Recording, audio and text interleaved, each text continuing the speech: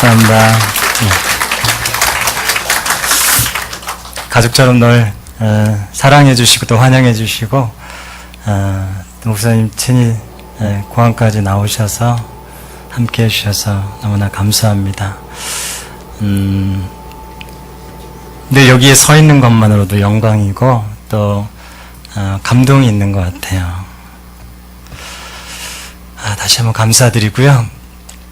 한국에 와서 아이들하고 이제 좀 쉬면서 서점에 갔습니다. 그래서 서점에 가서 책을 보고 있는데 셋째 가을이가 아빠 책을 사달래요. 그래서 어떤 책? 그랬더니 자기가 수학 쪽이 좀 딸린다고 수학을 뭐 알겠습니까? 뭐 산수도 아직도 모르는데 그래서 덧셈, 뺄셈 책을 사줬어요. 그래서 열심히 그걸 가지고 이제 손가락을 하나둘 헤아리면서 공부하고 있는데 공부하는 모습을 지켜보면서 그런 생각을 해봤습니다.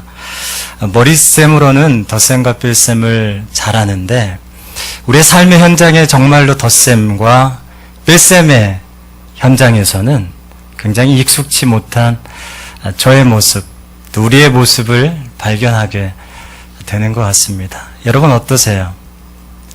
우리가 머리셈으로는 늘 너무나 쉽게 암산으로 되지만 우리의 삶의 뺄셈의 상황을 우리가 부딪혔을 때에 당황스럽기도 하고 또 하나님 앞에서 내가 어떻게 반응해야 되는지 잘 모를 때도 많죠. 오늘 본문의 이야기도 마찬가지입니다. 하나님께서 더해주시는 축복으로 시작하는 것이 아니라 오히려 반대입니다. 덜어내세요. 뺄셈의 상황으로 시작합니다. 그래서 1절에 이렇게 말씀하죠. 사사들의 치리하던 때에 그 땅에 흉년이 들었다. 사사들의 이야기입니다. 사사들의 그 시대를 잘 이해할 필요가 있는데요. 이 사사기 21장 25절에 이렇게 말합니다. 그때 이스라엘에 왕이 없으므로 사람이 각각 그 소견에 옳은 대로 행하였더라. 이 사사시대의 특징은 뭐냐면 사람들이 자기의 생각대로 그리고 자기의 소견 그리고 자기가 과거에 경험했던 과거의 경험의 방식 그리고 추구하는 삶의 계획에 따라서 움직인다는 것입니다. 어떻게 보면 우리 지금 21세기를 살아가는 우리의 모습과 굉장히 닮았다라고 하는 생각을 해봅니다. 왜 하나님께서 덧셈의 축복이 아니라 뺄셈의 상황으로부터 시작하시는가? 우리가 짐작이 갈 거예요. 이 사사들의 시대는요, 한마디로 말하면 영적 몸살의 시대입니다. 애굽 430년 지내왔어요. 거의 애굽 시민이라고 해도 핏속까지 애굽 시민입니다. 그렇죠? 그리고 광야 40년을 지나왔어요. 이끌어주는 모세도 죽고 의지했던 여호수아 지도자도 없고 다시 말하면 본이 될 만한 영적인 어른이 없는 세대. 바로 이게 사사시대죠. 그리고 배울 수 있는 기준이 없어져 버린 시대. 이게 바로 이 사사시대입니다. 언어도 다르죠. 문화도 다르죠. 모든 삶의 환경이 다 낯선 겁니다. 이 적응하기 위해서 약속의 땅에 왔는데 쉽지 않은 거예요. 그죠? 몸살을 앓는 거예요. 이 낯선 환경, 이 땅에서 어떻게 하나님을 예배하고 어떻게 가르치며 하나님의 백성으로 살아야 되는지에 대해서 구심점이 없는 시대. 그래서 자기의 소견대로 밖에 살아갈 수 없는 그런 시대가 바로 이 사사시대입니다. 이 사사시대에 특별한 상황으로부터 시작하죠. 어떤 상황이요? 그때 흉년이 들었다. 이게 본문의 출발입니다. 이 흉년이라고 하면 우리가 굉장히 거리감이 있어요. 우리의 삶 속에서 흉년은 뭘까요? 오늘 내 삶의 상황 속에서 흉년, 이건 뭘까요? 흉년은 뭐의 문제입니까? 흉년은요, 먹고 사는 문제입니다. 그렇죠? 흉년이 들었다라고 하는 것은 생존의 문제에 걸렸다는 거예요. 생존의 문제 때문에 어디로 갑니까? 베들레헴에서 모압으로 갑니다. 이게 시작이에요. 여러분, 대부분의 우리의 염려와 근심이 뭐죠? 세계 평화와 민족 통일입니까? 이것이 우리 이 365일 동안의 근본적인 염려와 근심의 주제입니까? 이런 사람은 굉장히 드물어요, 사실은. 네? 우리의 대부분의 염려는 무엇입니까? 사소한. 저와 여러분의 문제는, 네, 그렇죠. 무엇을 마실까? 뭘 먹을까? 무엇을 입을까? 이 생존의 문제. 그래서 예수님께서 염려와 근심의 말씀을 하실 때에 뭐에 대해서 연결시켜서 말씀하셨죠? 생존, 먹고 사는 문제. 그렇죠. 우리 대부분의 염려의 근심이 바로 여기서 시작합니다. 생존의 문제. 정리해 볼까요? 나오미의 가정이 베들레헴에서 모압으로 갔습니다. 무엇을 위해서 갔죠? 생존. 살기 위해서. 버티기 위해서. 죽지 않기 위해서. 생존을 위해서 갔던 여정이 바로 베들레헴에서 모압의 여정이었습니다. 거기서 생각지도 못한 일을 경험하죠. 어떤 일을 경험합니까? 늘 인생은 뭐와의 싸움이죠? 변수와의 싸움이죠. 거기서 남편을 잃고 두 아들을 다 잃어버립니다. 이게 모압의 10년의 세월입니다. 상실의 시간. 모든 것을 다 잃어버리는 이 시간입니다. 다시 말하면 이 10년, 베들레헴에서 모압으로 가는 여정은 직선 코스가 아니에요. 직선의 인생이 아닙니다. 여러분, 아스팔트처럼 직선 쫙 뻗으면 얼마나 좋겠습니까? 우리가 늘 바라는 거죠. 그렇지만 어때요? 하나님께서 어떻게 인도하시죠? 완전히 곡선으로 삶의 궤적을 이끌어 가시고 그려 가십니다. 곡선의 인생이에요. 꼬불꼬불한 곡선의 인생. 그 곡선의 인생 속에서 아들을 잃고 남편을 잃고 모든 것을 다 잃어버립니다.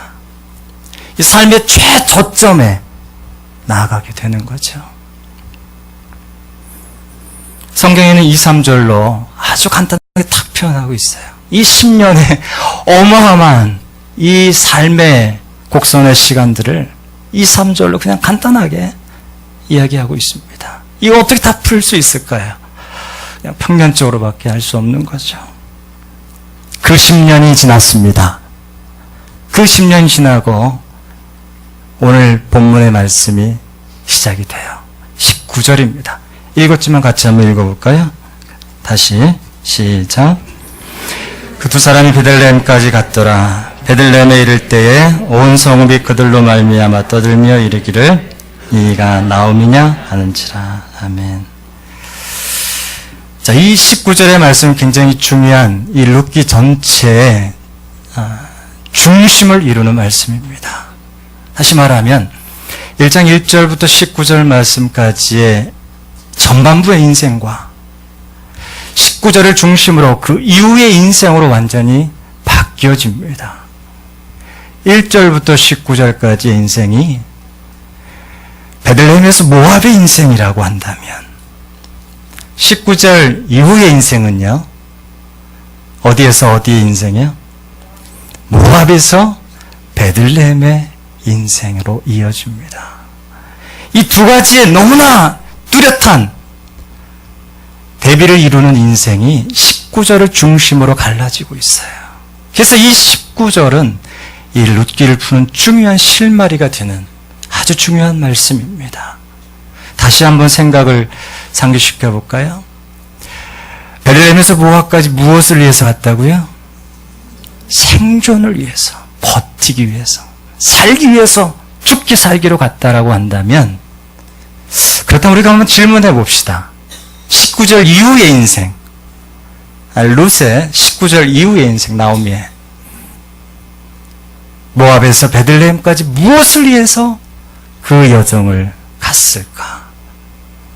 무엇을 위해서 갔을까요?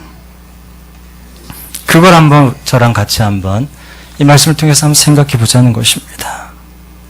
그 여정 속에서 말씀하는 그 메시지를 우리의 삶에 다시 한번 적용해 보면서 모압이라고 하는 생존의 현장 속에서 우리가 어떻게 어떤 태도와 삶의 다짐을 가지고 살아가야 되는지 우리가 이 말씀을 통해서 생각해 보고자 하는 것이죠. 사실 이 모압에서 베들레헴까지는요, 여러분 그림을 한번 저랑 같이 한번 그려볼까요? 모압에서 베들레헴까지는 100여 킬로 정도 길이입니다. 저도 안 가봤지만 가보고 싶습니다. 모압에서 베들레헴까지는 100여 킬로의 여정입니다.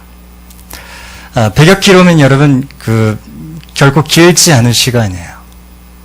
3, 4일이면 그냥 뭐 군대 배낭 메고 군장을 메고 열심히 가면 이틀이면 갈 수 있는 거리죠.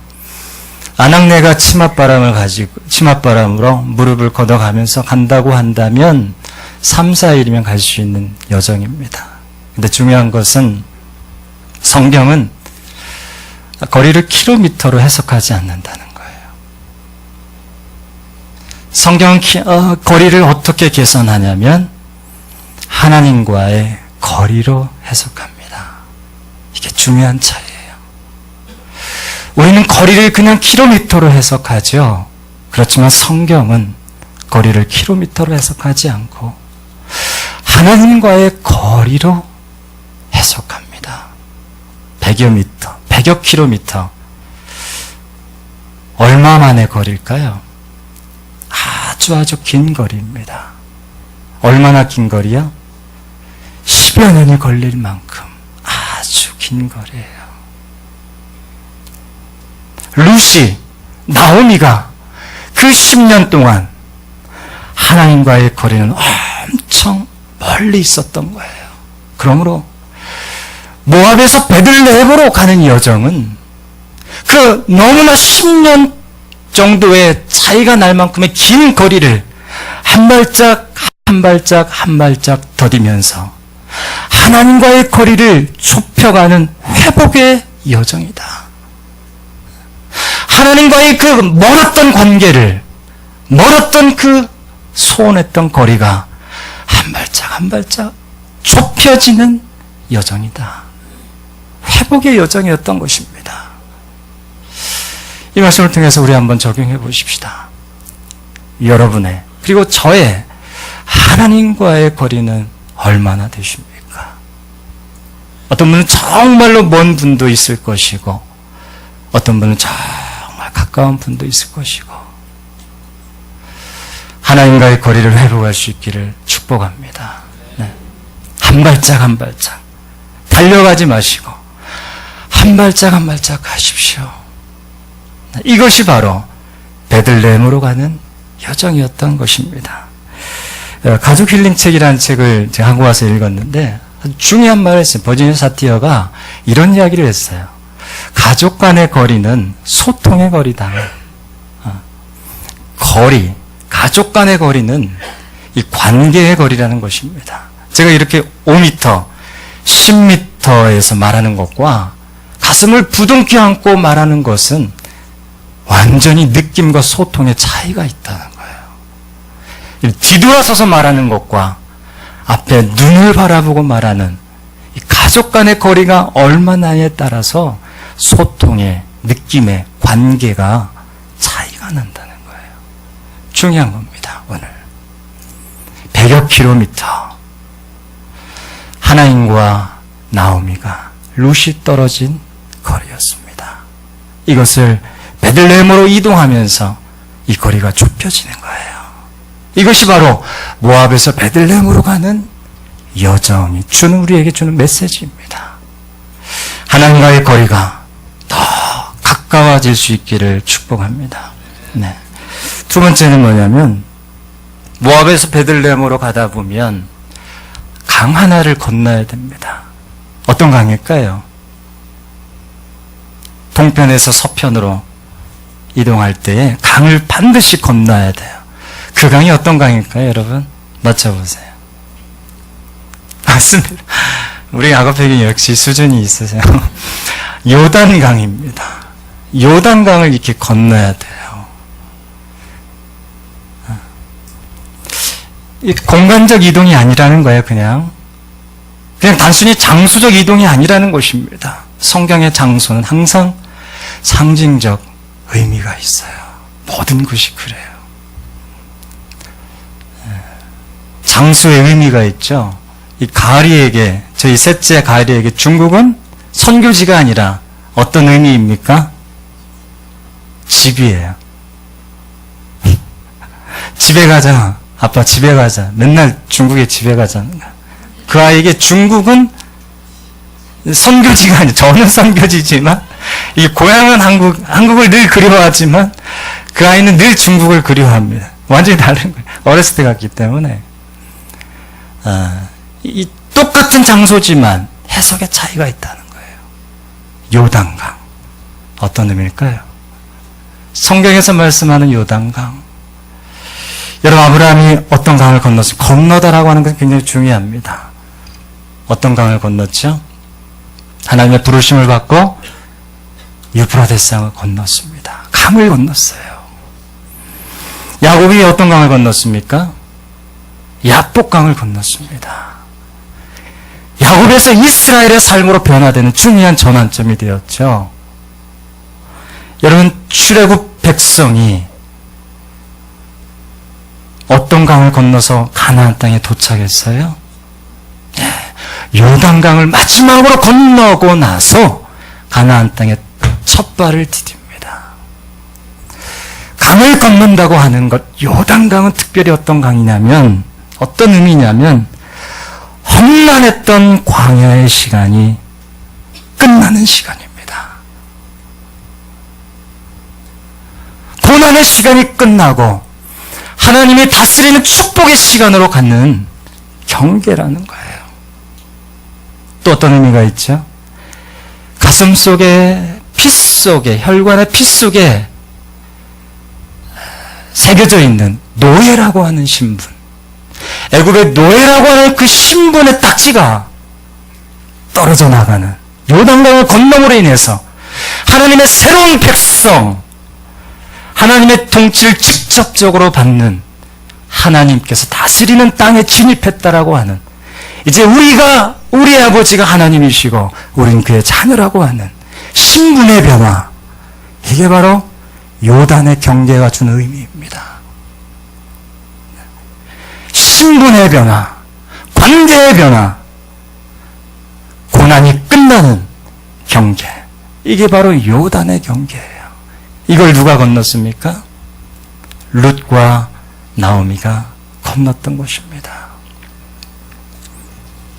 여러분, 이런 근본적인 변화의 여정, 근본적인 변화의 여정, 내 삶이 통째로 바뀌는 근본적인 변화의 여정, 이 여정이 모압에서 베들레헴으로 가는 여정이었던 것입니다. 이걸 누가 주신 거예요? 우리 하나님께서. 하나님을 알지도 못했던 이방여인 룻에게 주신 것입니다. 그 수많은 조상들이 밟고 지나갔던 그 요단강을 이방여인 룻이 밟고 지나갔던 거예요. 관계의 변화가 생긴 겁니다. 신분의 변화가 생긴 겁니다. 이게 뭐예요? 이게 선교죠. 이게 선교. 선교하신 하나님을 여기서 보는 겁니다. 하나님의 그 깊은 관심을 보게 되는 거예요. 여러분, 어떤 자리에 서 있습니까? 완전 완전한 변화의 경계를 넘어설 수 있기를 축복합니다. 이 여정 가운데 여러분 진입할 수 있기를 축복해요. 신분의 완벽한 변화, 내 고난에 끝나는 하나님의 축복의 경계를 넘어서는 하나님의 사람이 되시기를 축복합니다. 마지막으로 베들레헴은 이렇게 보시면 해발 777m입니다. 굉장히 그 숫자도 중요한 것 같아요. 777 하나님의 완전 숫자잖아요. 어떻게 보면 666 하면 짐승의 숫자지만 777 하면 뭔가 이렇게 럭키한, 뭔가 희망적인 하나님의 완전수 777. 이 평지에서요, 요단강을 건너고 베들레헴으로 이렇게 쭉 올라가려면 낮은 곳에서 높은 곳으로 올라가는 여정입니다. 오름길의 여정이라는 거예요. 중요한 대목입니다. 하나님께서 이 룻을 영적인 오름길에 세우신 것입니다. 어떤 상황에서요? 룻의 인생의 최저점에서 모든 것을 다 잃어버린 그 시간 속에서 영적 오름길에 세우신 거예요. 하나님의 심장을 느낄 수 있는, 하나님의 그 철철 흐르는 하나님의 사랑을 느낄 수 있는 베들레헴, 그 777m의 고지에서 룻을 기다리고 있었던 거예요. 나오미를 기다리고 있었던 거예요. 영적인 오름길로 초청하셨던 것입니다. 10년의 잃어버린 세월이 없었다면, 그 아픔이 없었다면, 모든 것을 다 잃어버리는 그 시간이 없었다면 영적인 오름길에 오르지 못했을 거예요. 우리가 확신 있게 대답할 수 있습니다. 베들레헴에서 모압으로의 여정이 생존의 여정이었다면 10절 이후에 모압에서 베들레헴의 여정은 생존의 여정이 아니라 무슨 여정이요? 영적인 오름길의 여정이었다. 하나님을 찾아가는 구도의 여정이었다. 이렇게 확신 있게 대답할 수 있습니다. 여러분의 삶에 모압이라고 하는 생존의 현장터에서, 전쟁터 같은 모압의 그 생존, 내 삶의 현장에서 끊임없이 나의 시선을 영적인 오름길에 고정시킬 수 있기를 축복합니다. 하나님께서 거기에서 기다리고 계세요. 우리의 지친 심령을 다시 한번 보듬어 주시면서 기다리고 계세요. 올라오라는 거예요. 영적으로 다시 한번 약한 무릎을 힘있게 하고 올라오라고 초청하십니다. 이 하나님의 넓으신 사랑의 메시지가 오늘 19절의 이야기입니다. 룻의 이야기예요. 그렇게 확신 있게 말씀할 수 있는 이유는 무엇입니까? 21절 같이 한번 읽어볼까요? 같이 한번 읽겠습니다. 시작. 내가 풍족하게 나갔더니 여호와께서 내게 비어 돌아오게 하셨느니라. 여호와께서 나를 징벌하셨고 전능자가 나를 괴롭게 하셨거늘 너희가 어찌 나를 나옴이라 부르느냐 아니라. 아멘. 이 중요한 변화가 있습니다. 늘 주어가 뭐예요? 여호와가, 전능자가. 이 전능자 샷다이라는 말입니다. 하나님의 섭리를 강조하는, 이 모든 자기의 삶의 전체의 그림이 이 중구난방 동서남북으로 퍼졌던 삶의 퍼즐이 결국 지금 이 베들레헴에 와서 보니까 하나님의 손바닥 안에, 하나님의 엄청난 경륜의 틀 속에 있었다라고 하는 고백입니다. 삶의 주어가 하나님의, 네 번이나 여호와가 전능자가. 삶은 결국 무엇의 문제입니까? 해석의 문제예요. 내가 어떻게 해석할 건가? 완전히 시선이 바뀐 거예요. 나오미가 10년의 상실의 시간을 통해서 완전히 시선이 바뀐 겁니다. 삶의 해석이 바뀌었어요. 그래서 이 모압에서 베들레헴의 여정은 생존의 여정이 아니라 하나님을 정말로 가까이 하고자 하는 부도의 여정이었다. 영적인 오름길에 서고자 하는 몸부림이었다.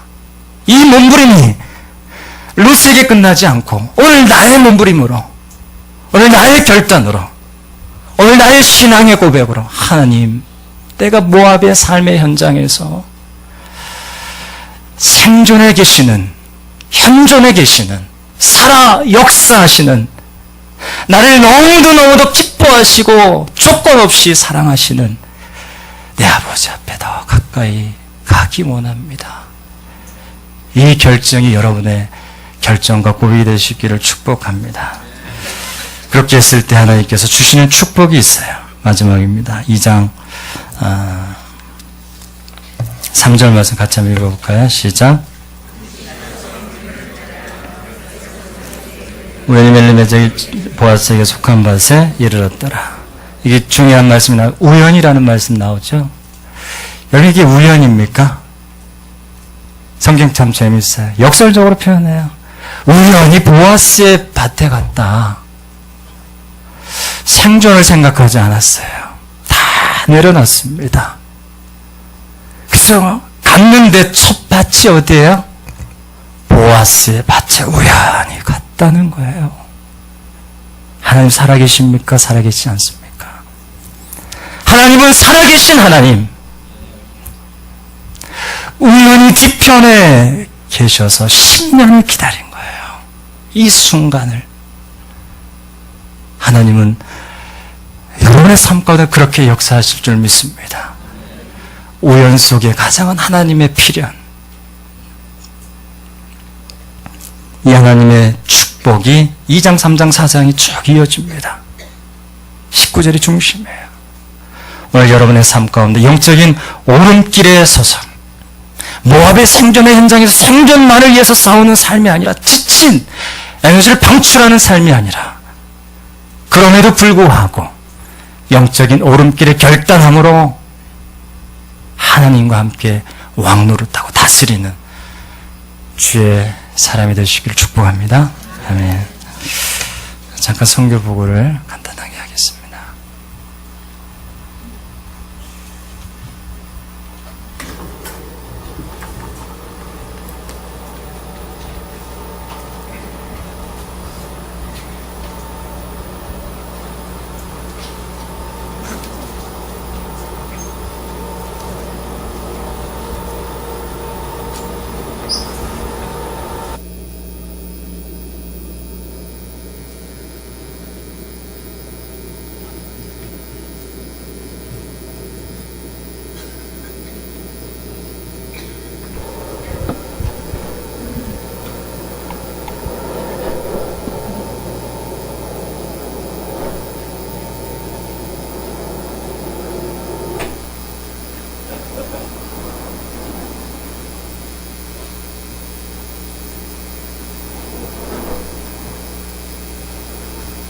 네, 4년 3개월이 지났습니다. 여러분 4년 동안 여러분 기도해 주시고 함께 해 주셔서 2년 정도 이제 언어 공부하고 이제 2년 3개월 정도 사역을 이제 걸음마 단계입니다. 이제 배워가고 부딪히면서 시행착오를 거치면서 성경화 뭔지를 배워가고 있는 단계입니다. 너무나 감사하고요. 네. 첫 번째 사역의 핵심 가치는 사람 세우기. 어떻게 하면 사람을 세울 것인가, 이것이 저의 몸부림이고 또 가장 중요한 핵심적인 사역의 중심입니다. 그래서 사람을 세우고 교회를 세우고 또 사람을 세운다고 하는 것이 치유와 회복이 되지 않고는 결코 사람을 저를 봐도 그런 것 같아요.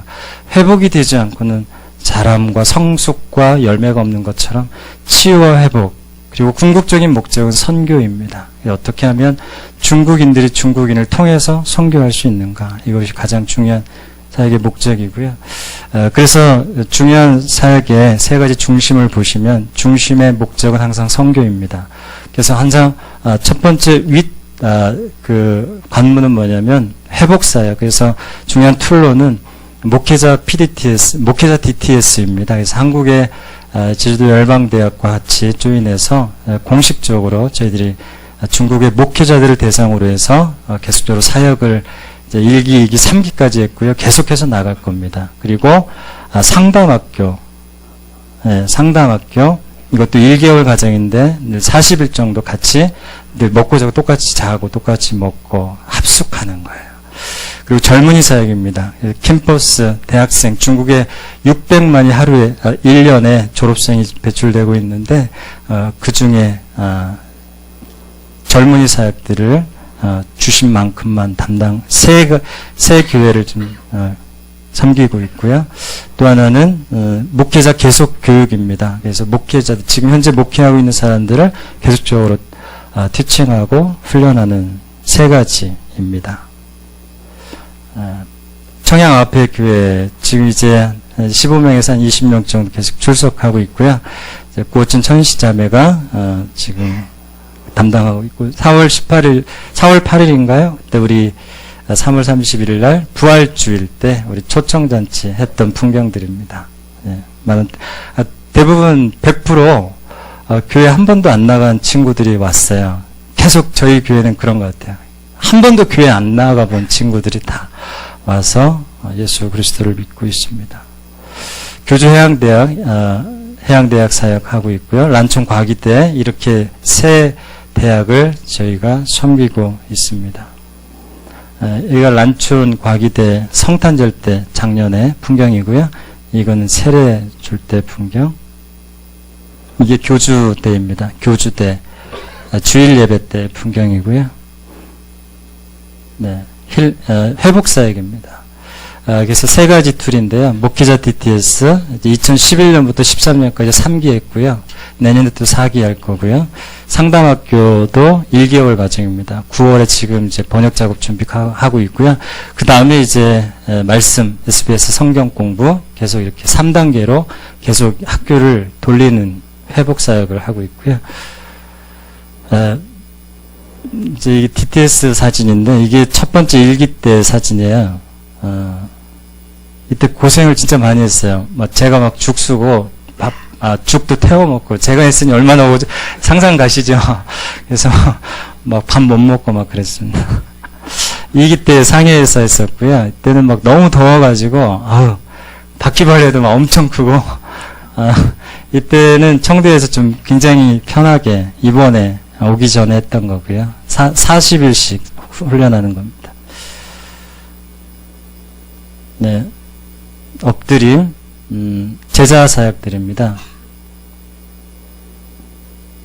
네, 이제 1기생 훈련해서 전도여행을 꼭 가려고 합니다. 그래서 중국 산동성부터 시작해서 오지를 찾아가서 어떻게 섬기고 어떻게 선교하는지 경험을 통해서 배우는 사역을 중점으로 좀 하고 싶고요. 또 강소성, 짱수성이죠. 그 남경이 거기 산동성 밑에 지역입니다. 거기에 목회자 25명, 이제 목회자 계속 교육이 필요합니다. 그래서 저희 목사님도 한번 시간이 되시면 오셔서 강의해 주셔야 되고, 그래서 이 일을 위해서 같이 한번 기도해 주시고요. 저희 이제 2년 3개월 동안 주신 제자들이에요. 그래서 천시자매, 우리 이 대학 과기대 졸업생 이번에 헌신했어요. 첫 열매예요. 대학생이 주회종으로 이제 배우기로 결정한 거예요. 그래서 삼자신학교를 공식적으로 보내서 중국 정부에서 원하는 남경신학교를 좀 보내려고 그래요. 그래서 좀 과감하게 사역할 수 있도록 키우려고 합니다. 야곱 해양대 사역자고요. 이쪽은 유엔시오 란촌 과기대 사역자입니다. 고째는 저희 청양의 농업대 사역자고요. 반석이 형제는 조선 쪽입니다. 이제 이번에 DTS 하면서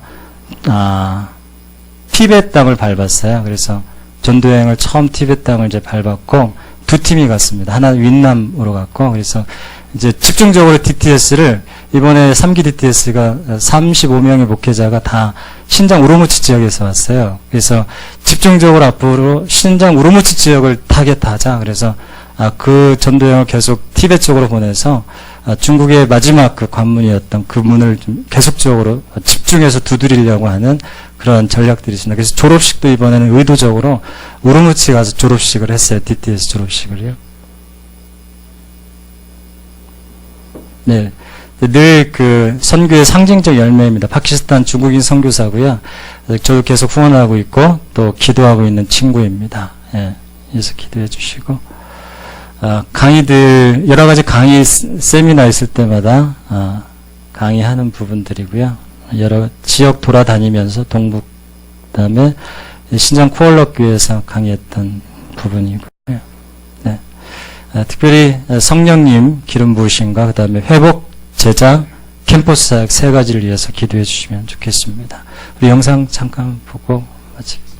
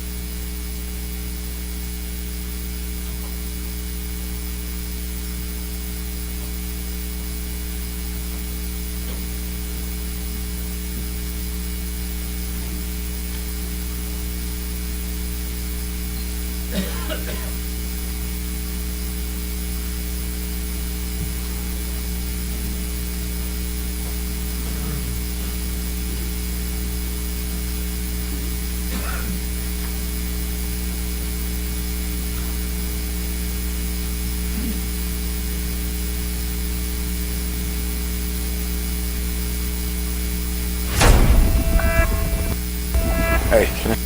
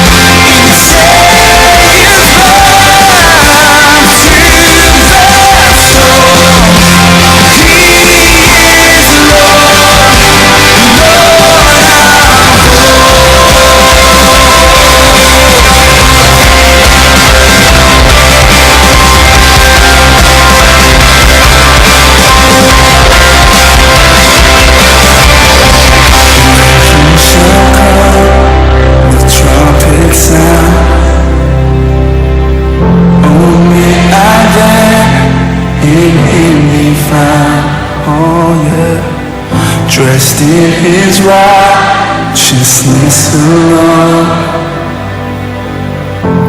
Faultless stand before the throne.